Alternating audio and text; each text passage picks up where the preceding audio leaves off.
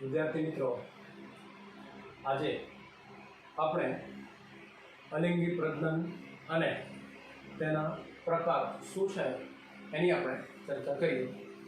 વિદ્યાર્થીઓ, અગાઉના લેક્ચરમાં આપણે પ્રજનન એટલે શું, પ્રજનનના પ્રકારો અને એ જ રીતે આપણે ભણ્યા છીએ પ્રજનન શા માટે જરૂરી છે. તો વિદ્યાર્થીઓ, કાલનું રિવિઝન આપણે નાનું સરખું કરીએ એટલે આપણને ઝડપથી આગળ જતા ફાવે. પ્રજનનની એક સિમ્પલ જો વ્યાખ્યા આપી હોય તો આપણે આ રીતે આપી શકીએ. પ્રજનન એટલે પોતાના જેવી, બિલકુલ આબેહૂબ પોતાના જેવી નવી પ્રજનનક્ષમ સંતતિ ઉત્પન્ન કરવાની આખી પ્રક્રિયા કે જેને પ્રજનન તરીકે ઓળખવામાં આવે. મોટે ભાગે ઉત્પન્ન થતો જે નવો સજીવ છે એ પણ પ્રજનનક્ષમ જ હોય અને એ પણ નવી સંતતિ ઉત્પન્ન કરે પ્રજનનની પ્રક્રિયા વડે. મોટે ભાગે પ્રજનન એવી પ્રક્રિયા છે કે જેના વડે સજીવો પોતાની જાતિનું અસ્તિત્વ ટકાવી રાખે છે, એટલે કે જીવ સાતત્ય ટકાવી રાખે. બહુ અગત્યની બાબત કે પોતાની પાસે રહેલા જે લક્ષણો છે એ લક્ષણોને પ્રજનનની પ્રક્રિયા વડે જ વારસામાં આપે છે. અને એ જ રીતે એવું કહી શકાય કે પ્રજનન એવી પ્રક્રિયા છે કે જેના વડે ઉત્પન્ન થતી જે નવી સંતતિ છે એ નવી સંતતિમાં ભિન્નતા લાવી શકાય. તો પ્રજનન એટલે શું, પ્રજનન શા માટે કરવું જોઈએ, પ્રજનન શા માટે થવું જોઈએ એની આપણે સમજૂતી આપી. વિદ્યાર્થીઓ, અહીંયા આપણે કાલે બે પ્રકારો ભણ્યા કે પ્રજનન મુખ્યત્વે બે પ્રકારના હોય. એક અલિંગી પ્રજનન છે અને બીજું જે છે એને આપણે નામ આપીએ તો એને લિંગી પ્રજનન કહેવાય. અલિંગી પ્રજનન શું છે અને લિંગી પ્રજનન શું છે એની જો આપણે ચર્ચા કરીએ તો કાલે આપણે કહ્યું કે અલિંગી પ્રજનન એટલે એવું પ્રજનન કે જેમાં એક જ પિતૃ ભાગ લે અને એક જ પિતૃ જે છે એના દ્વારા જન્યુઓનું નિર્માણ કે પછી જન્યુઓનું નિર્માણ થયા વગર, ફરી બોલો એક વખત, જન્યુઓનું નિર્માણ થાય કે પછી જન્યુઓનું નિર્માણ થયા વગર નવી સંતતિ ઉત્પન્ન કરવાની આ જે આખી પ્રક્રિયા છે, આ પ્રક્રિયાને આપણે શું કહીએ તો આને આપણે અલિંગી પ્રજનન તરીકે ઓળખીએ છીએ. મોટે ભાગે એવું કહી શકાય કે અલિંગી પ્રજનનની જે પ્રક્રિયા છે એ પ્રક્રિયાની અંદર ઉત્પન્ન થતો જે નવો સજીવ છે એ નવો સજીવ બિલકુલ તેના જે પિતૃ છે એ પિતૃની આબેહૂબ નકલ હોય. બરોબર છે? તો અહીંયા એના માટે આપણે શબ્દ વાપરી શકીએ કે અહીંયા પિતૃ જે છે, બરાબર છે, એની સંતતિ એ એની શું કહેવાય તો કે ક્લોન કહેવાય. બરાબર, ક્લોન એટલે અહીંયા આપણે એક શબ્દ લખ્યો છે, આને આપણે જનીનિક પ્રતિકૃતિ તરીકે ઓળખીએ, ઝેરોક્સ કોપી કહેવાય. કારણ કે બે પિતૃઓ જોડાતા નથી. બરાબર છે? એક જ જન્યુમાંથી અથવા તો જન્યુનું નિર્માણ થયા વગર જ નવા સજીવનું સર્જન થાય છે, નવા સજીવનું નિર્માણ થાય છે. માટે આને આપણે એવું કહીએ કે સંતતિ જે છે એના પિતૃની શું છે તો કે સાહેબ સંતતિ એના પિતૃની જનીનિક પ્રતિકૃતિ છે, આબેહૂબ નકલ છે. વિદ્યાર્થીઓ, આપણો ટોપિક છે આજે કે અલિંગી પ્રજનન એટલે શું અને અલિંગી પ્રજનનની કેટલીક જે પદ્ધતિઓ છે એ પદ્ધતિઓ અથવા એના જે કંઈ પ્રકારો છે એ પ્રકારોની ચર્ચા કરો. પરીક્ષામાં જો આવો પ્રશ્ન પૂછાય તો આપણે ખૂબ જ સરળ રીતે લખી શકીએ. વિદ્યાર્થીઓ, અહીંયા મેં હેડિંગ આપ્યું છે કે અલિંગી પ્રજનન અને તેના પ્રકારો અથવા તો તેની પદ્ધતિઓ. તો અલિંગી પ્રજનન એટલે શું તો એક વખત ફરી વ્યાખ્યા રિપીટ કરી લઈએ કે અલિંગી પ્રજનન એટલે એવું પ્રજનન કે જેમાં એક જ પિતૃ ભાગ લે, પિતૃ જન્યુઓનું નિર્માણ કરે પણ ખરા અથવા જન્યુઓનું નિર્માણ ન પણ કરે, જન્યુઓનું નિર્માણ થયા વગર નવી સંતતિ ઉત્પન્ન કરવાની આ આખી પ્રક્રિયાને આપણે શું કહીએ તો આ જે આખી પ્રક્રિયા છે, આખી પ્રક્રિયાને આપણે અલિંગી પ્રજનન તરીકે ઓળખીએ. મોટે ભાગે એવું કહી શકાય કે સાહેબ અલિંગી પ્રજનન પદ્ધતિ જે છે એ મુખ્યત્વે સજીવો બે પ્રકારના છે. તો એકોષી જે સજીવો છે એ એકોષી સજીવો માટે એવું કહી શકાય કે સાહેબ અલિંગી પ્રજનન પદ્ધતિ એ એકોષી સજીવો માટે સર્વસામાન્ય છે. એમની અંદર જોવા મળતી ખૂબ જ સામાન્ય પદ્ધતિ તરીકે પણ આપણે એને ઓળખી શકીએ. ટૂંકમાં અહીંયા આપણે એવું કહી શકીએ કે અલિંગી પ્રજનન એકોષી સજીવોમાં ખૂબ જ સામાન્ય છે અને કેટલાક જે સરળ કક્ષાનું આયોજન ધરાવતા, મારો શબ્દ યાદ રાખવાનો, બિલકુલ પ્રાથમિક કક્ષાનું આયોજન ધરાવતા જે બહુકોષી સજીવો છે, સરળ કક્ષાનું આયોજન ધરાવતા અથવા તો બિલકુલ પ્રાથમિક કક્ષાનું શરીરનું આયોજન ધરાવતા જે બહુકોષી સજીવો છે એમાં પણ આ પદ્ધતિ જોવા મળે, જેમ કે સચ્છિદ્ર સમુદાયના કેટલાક પ્રાણીઓ, પછી કોષાંતરી સમુદાયના કેટલાક પ્રાણીઓ, પછી એ જ રીતે કંકતધરા અને આપણે કહી શકીએ કે પૃથુકૃમિ સમુદાયના કેટલાક પ્રાણીઓ પણ આ રીતે અલિંગી પ્રજનન પદ્ધતિ દર્શાવે છે. મોટે ભાગે અત્યાર સુધી આપણે જે ભણ્યા છે એમાં એવું કહીએ છીએ કે પ્રોટિસ્ટા અને મોનેરામાં સજીવ કે પિતૃકોષ સમવિભાજન કે વિભાજન પામી અને શું કરે તો સાહેબ બે કોષો સર્જે છે. કોષ કેન્દ્રની દ્રષ્ટિએ આપણે સજીવોને બે પ્રકારમાં વિભાજિત કરીએ છીએ. એક બિલકુલ સરળ કક્ષાનું આયોજન ધરાવતા આદિ સજીવો કહેવાય, આદિ કોષ કેન્દ્રી સજીવો કહેવાય, એટલે એમના માટેનો શબ્દ છે મોનેરા. અને બીજા એકકોષી બધા જ સજીવો માટેની સૃષ્ટિ છે પ્રોટિસ્ટા. યાદ રાખવાનું કે અહીં મોનેરા અને પ્રોટિસ્ટા સૃષ્ટિના જે કેટલાક સભ્યો છે આ સભ્યોની અંદર અલિંગી પ્રજનન બિલકુલ સામાન્ય પદ્ધતિ કહેવાય. અને એ પદ્ધતિમાં શું થાય તો એમનું જે કોષ છે એ કોષ વિભાજન પામી અને શું કરે છે તો કોષ સંભાજન પ્રકારે વિભાજન પામી અને બે નવા કોષોનું સર્જન કરે છે. બરાબર, તો તમને પહેલા એક બાબત સમજાઈ ગઈ. ઉદાહરણ સાથે મેં તમને એ નામ લખી આપ્યા કે મોનેરા અને પ્રોટિસ્ટા. મોનેરા એટલે આદિકોષ કેન્દ્રી યાદ રાખીશું, અને પ્રોટિસ્ટા તો બધા જ એકકોષી સજીવોની સૃષ્ટિ જેને આપણે પ્રોટિસ્ટા કહીએ. એ બધા જ સજીવોની અંદર શું થાય તો બધા જ એકકોષી સજીવો છે, એટલે સ્વાભાવિક છે કે એમનું કોષ શું કરે તો કોષ વિભાજન પામે. એક કોષમાંથી બે કોષ બને, બે નવા કોષો સ્વતંત્ર સજીવ કહેવાય. કાલે મેં તમને એક સરસ મજાનું વાક્ય સમજાવેલું. શું તો આપણે એવું કહ્યું કે બધા જ બહુકોષી અને સુકોષ કેન્દ્રી સજીવોનું મૃત્યુ નિશ્ચિત છે, તેઓ અમર નથી સિવાય એકકોષી. બરાબર છે, એકકોષી મૃત્યુ નથી પામતા. એકકોષી શું કરે છે તો એકમાંથી બીજા બે નવા કોષો બનાવે છે. તો આમ આપણે એવું કહી શકીએ કે સંભાજનની પ્રક્રિયા વડે તેઓ શું કરે તો સાહેબ સંભાજનની પ્રક્રિયા વડે તેઓ બે નવા સજીવો સર્જે છે અથવા તો બે નવા કોષો સ્વતંત્ર રીતે બે નવા કોષોનું સર્જન કરે. અને આ બે નવા કોષો સ્વતંત્ર રીતે શું કરે તો સાહેબ સ્વતંત્ર રીતે નવા સજીવનું નિર્માણ કરી આપે. આપણે એક સરસ મજાની પદ્ધતિ અને એનું ઉદાહરણ જોઈએ. બોર્ડ ઉપર મેં એક આકૃતિ દોરેલી છે, તો આ પહેલી પદ્ધતિ છે અને પહેલી પદ્ધતિનું નામ છે દ્વિભાજન. બહુ ડિટેલમાં નથી જતા આપણે, પણ થોડુંક સમજીએ એટલે ખ્યાલ આવે. તો મેં એક આકૃતિ દોરેલી છે અને આકૃતિમાં તમે જોઈને કહી શકશો કે સાહેબે અનિયમિત આકારનું પ્રાણી દોરેલું છે જેનો કોઈ આકાર નથી, અનિયમિત છે. તો આવા પ્રાણી માટેનું નામ છે અને આપણે અમીબા કહીએ છીએ. બરાબર, યાદ રાખવાનું, બાકોની તો કે અમીની. ટૂંકમાં અહીંયા અમીબા જેવા જે પ્રાણીઓ છે આ પ્રાણીઓની ખાસિયત એ છે કે સૌપ્રથમ એમનું જે કોષ કેન્દ્ર છે એ કોષ કેન્દ્રનું વિભાજન થશે. દેખાય તો બ્લુ કલરનું આ કોષ કેન્દ્ર દેખાશે તમને. તો પહેલા કોષ કેન્દ્રનું વિભાજન થશે અને પછી કોષ કેન્દ્રના વિભાજનને અનુસરીને પછી કોષરસનું વિભાજન ચાલુ થઈ જાય. બરાબર છે, એટલે આમ કોષ કેન્દ્ર, બરાબર છે, અને પછી શું થયું તો બંને કોષ કેન્દ્રોની ફરતે કોષરસ વિભાજન પામતો જાય અને આમ કોષ કેન્દ્ર, કોષરસ અને એની ફરતે કોષરસ પટલ. તો એવું કહી શકાય કે સાહેબ બે નવા સ્વતંત્ર બાળકોષો બને છે. આ બે નવા સ્વતંત્ર બાળકોષો બને. પદ્ધતિ યાદ રાખવાની કે પહેલા કોષ કેન્દ્રનું વિભાજન થાય અને પછી કોષરસનું વિભાજન થાય. બે નવા સ્વતંત્ર બાળકોષો બને અને પછી આ બાળકોષો શું કરે તો સાહેબ આ બાળકોષો સ્વતંત્ર સજીવ તરીકે વિકાસ પામે છે. તો આમ અમીબા જેવા જે કેટલાક પ્રાણીઓ છે આ પ્રાણીઓમાં દર વખતે બે બાળકોષો બનતા જાય. દ્વિ એટલે બે અને ભાજન એટલે વિભાજન થવું. તો દર વખતે વિભાજન પામી અને બે નવા બાળકોષો બનતા જાય. દર વખતે બે જ બનશે.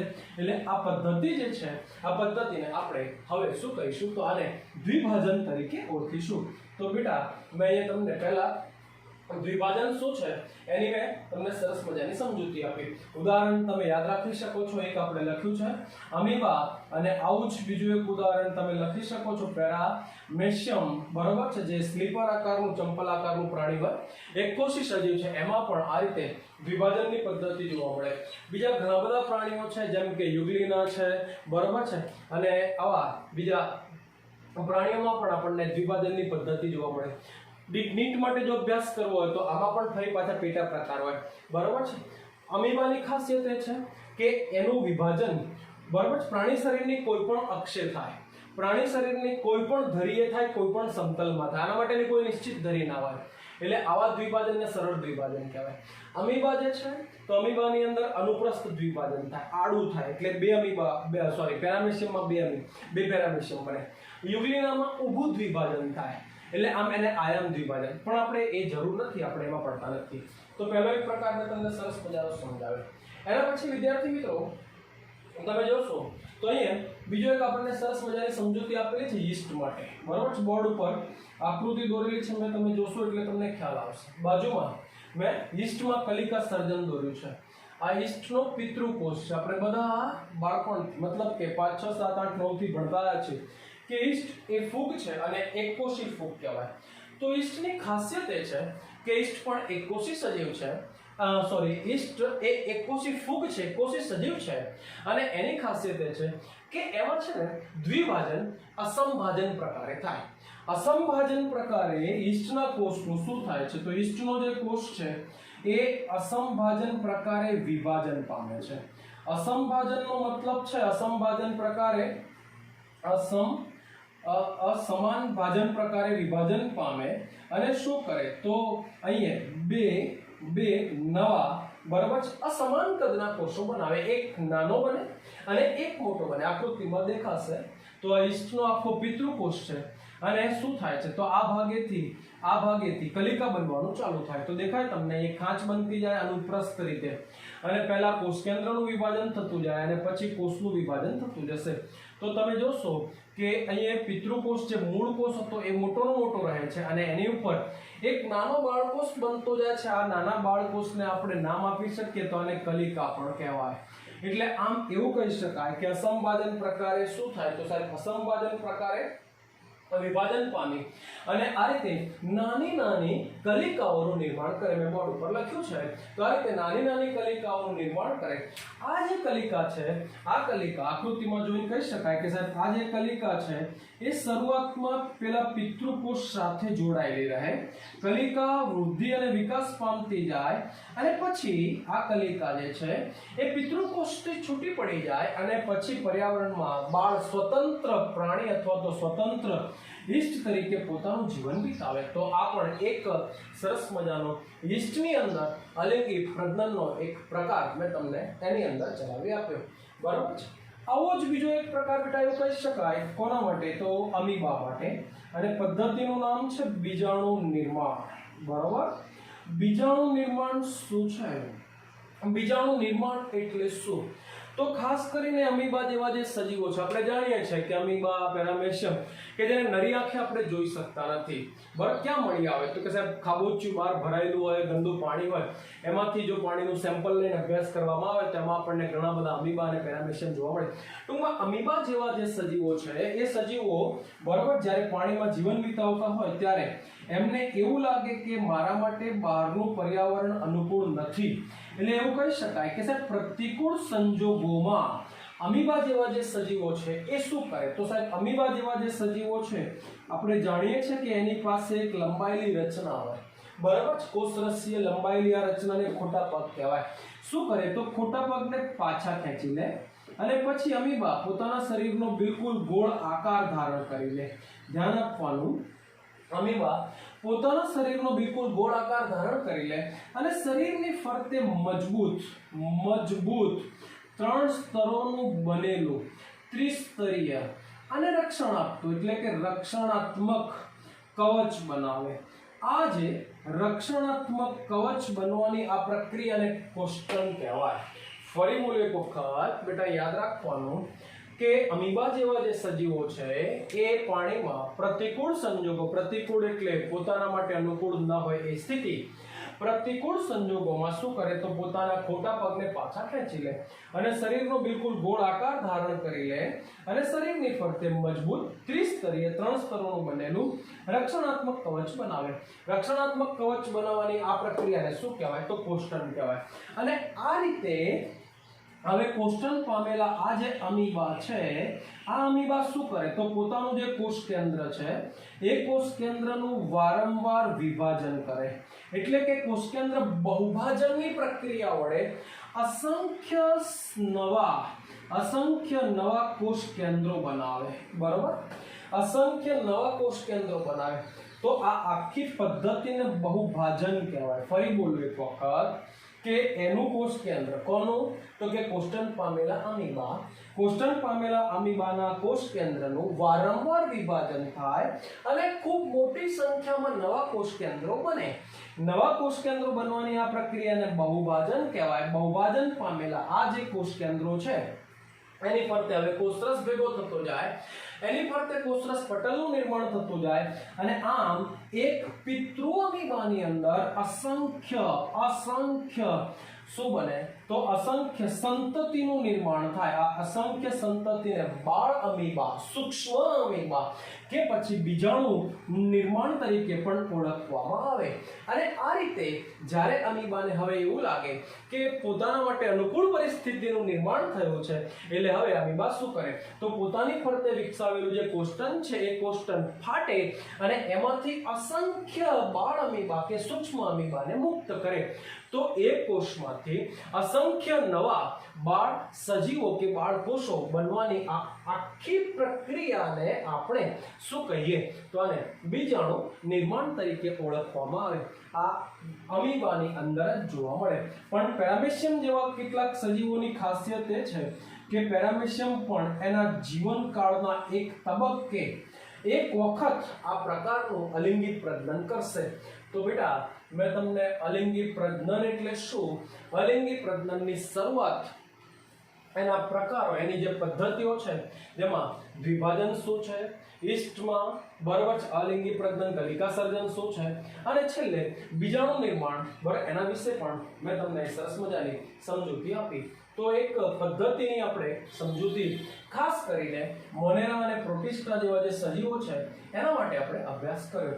બોર્ડ ઉપર આપણે ક્યાંક એવું લખ્યું છે કે એક કોષીની અંદર તો સર્વસામાન્ય છે, પણ કેટલાક જે બહુકોષી સજીવો છે એમાં પણ અલિંગી પ્રજનન પદ્ધતિ જોવા મળે છે।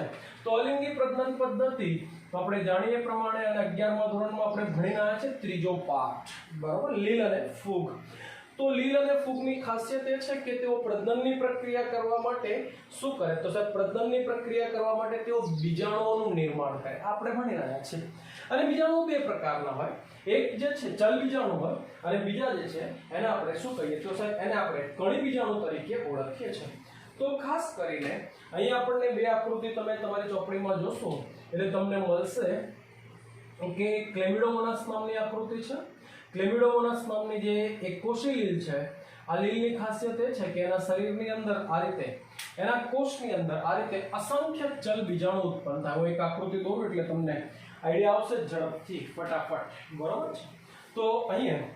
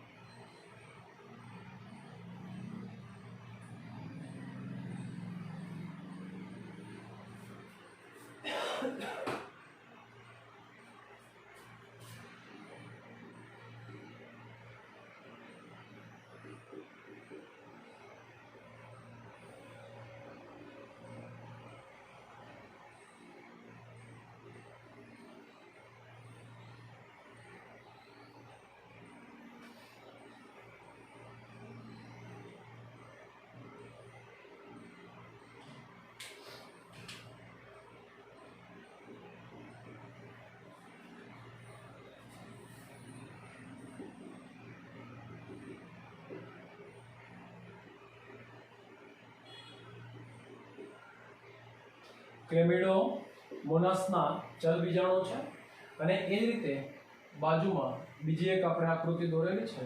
આ પેનિસિલિયમ નામની ફૂગ છે અને પેનિસિલિયમ નામની ફૂગની અંદર આ રીતે આપણે જોઈ શકીએ કે એમાં જે બીજાણુ ઉત્પન્ન થાય એ બીજાણુને કણી બીજાણુ કહેવાય। બહુ હવે આગળ દોરતો નથી પણ તમે તમારી રીતે સમજી શકો છો તો એ જે કણી બીજાણુ છે એ કણી બીજાણુ કેવા હોય તો કે સાહેબ અચલ હોય, બરાબર. તો આ બધા બીજાણુઓ છે. તો બોર્ડ પર જરા જોજો એટલે તમને ખ્યાલ આવશે કે સાહેબે અહીંયા બે આકૃતિ દોરી છે. બધી જ આકૃતિઓ તમારે પણ હોમવર્કની અંદર દોરી નાખવાની છે. તો આ પેનિસિલિયમ નામની ફૂગ, બરાબર છે, એના કયા તો કે અચલ બીજાણુ. ઓકે, સારું.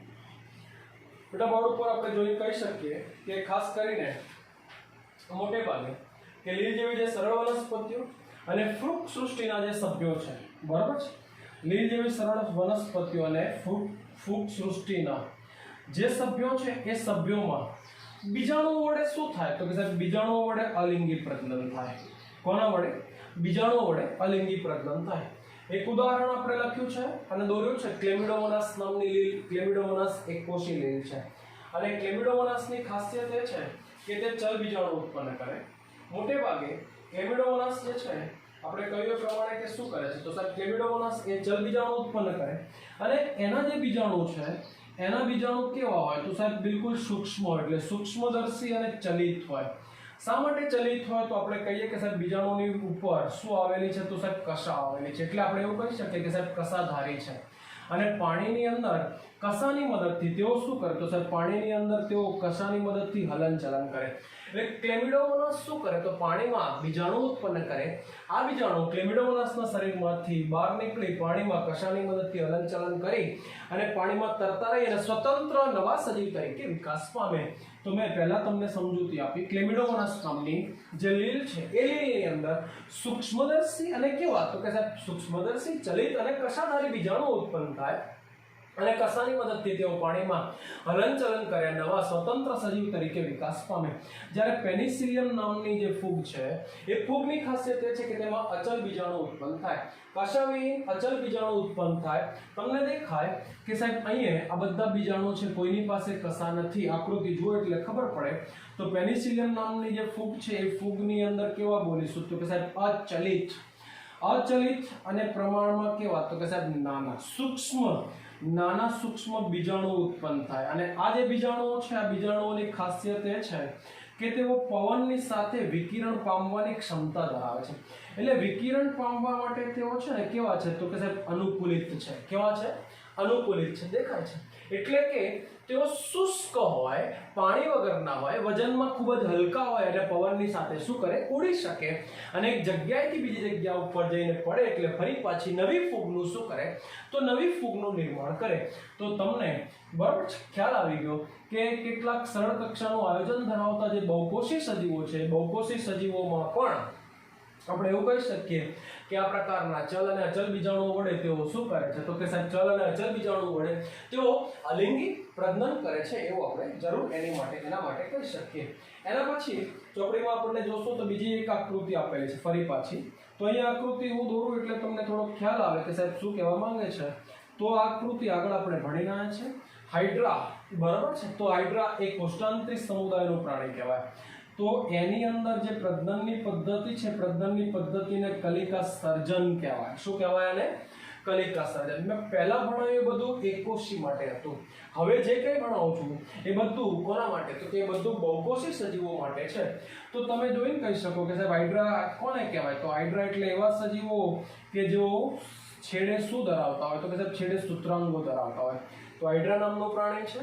હાઇડ્રાની ખાસિયત એ છે ગુજરાતીમાં અને આપણે જળવ્યાળ તરીકે ઓળખીએ. શરીરના કોઈ ભાગે આવેલા કોષો યાદ રાખવાનું હાઇડ્રા જેવા જે પ્રાણીઓ છે આ પ્રાણીઓમાં શરીરના કોઈ ભાગે આવેલા કોષો શું કરે તો સાહેબ શરીરના કોઈ ભાગે આવેલા કોષો વારંવાર વિભાજન પામે અને એક આખો ઉપસેલો કોષ સમૂહ વિસ્તાર બનાવે. ફરી બોલો એક વખત એટલે યાદ રહી જાય. હાઇડ્રા જેવા જે બહુકોષી પ્રાણીઓ છે હાઇડ્રા એ કોષ્ટાંતરી સમુદાયનું પ્રાણી કહેવાય. આ પ્રાણીઓની અંદર શરીરના કોઈ ભાગે આવેલા કોષો શું કરે તો વારંવાર વિભાજન પામી એક ઉપસેલો કોષ સમૂહ વિસ્તાર બનાવે. આ કોષ સમૂહ વિસ્તાર હવે શું કરે બહારની તરફ ઉપસી આવે. બહારની તરફ ઉપસી આવેલા આ ભાગને હવે આપણે કલિકા તરીકે ઓળખીએ. ટૂંકમાં અહીંયા કલિકાનું સર્જન શરીરની બહાર થયું છે એટલે આને આપણે બાહ્ય કલિકા સર્જન તરીકે ઓળખીએ. ધીમે ધીમે આ કલિકા પિતૃ પ્રાણીથી છૂટું પડી અને પર્યાવરણમાં નવા બાળ સ્વતંત્ર પ્રાણી તરીકે વિકાસ પામે.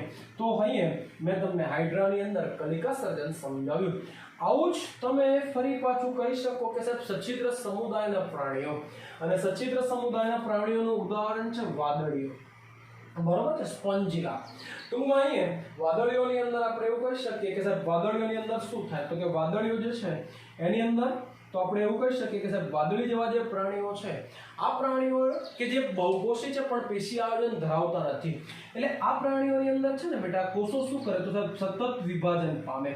સતત વિભાજન પામી અને શરીરની અંદરની બાજુએ આવરણયુક્ત આવી સૂક્ષ્મ રાઈના દાણા કરતાં પણ નાની રચના બનાવે.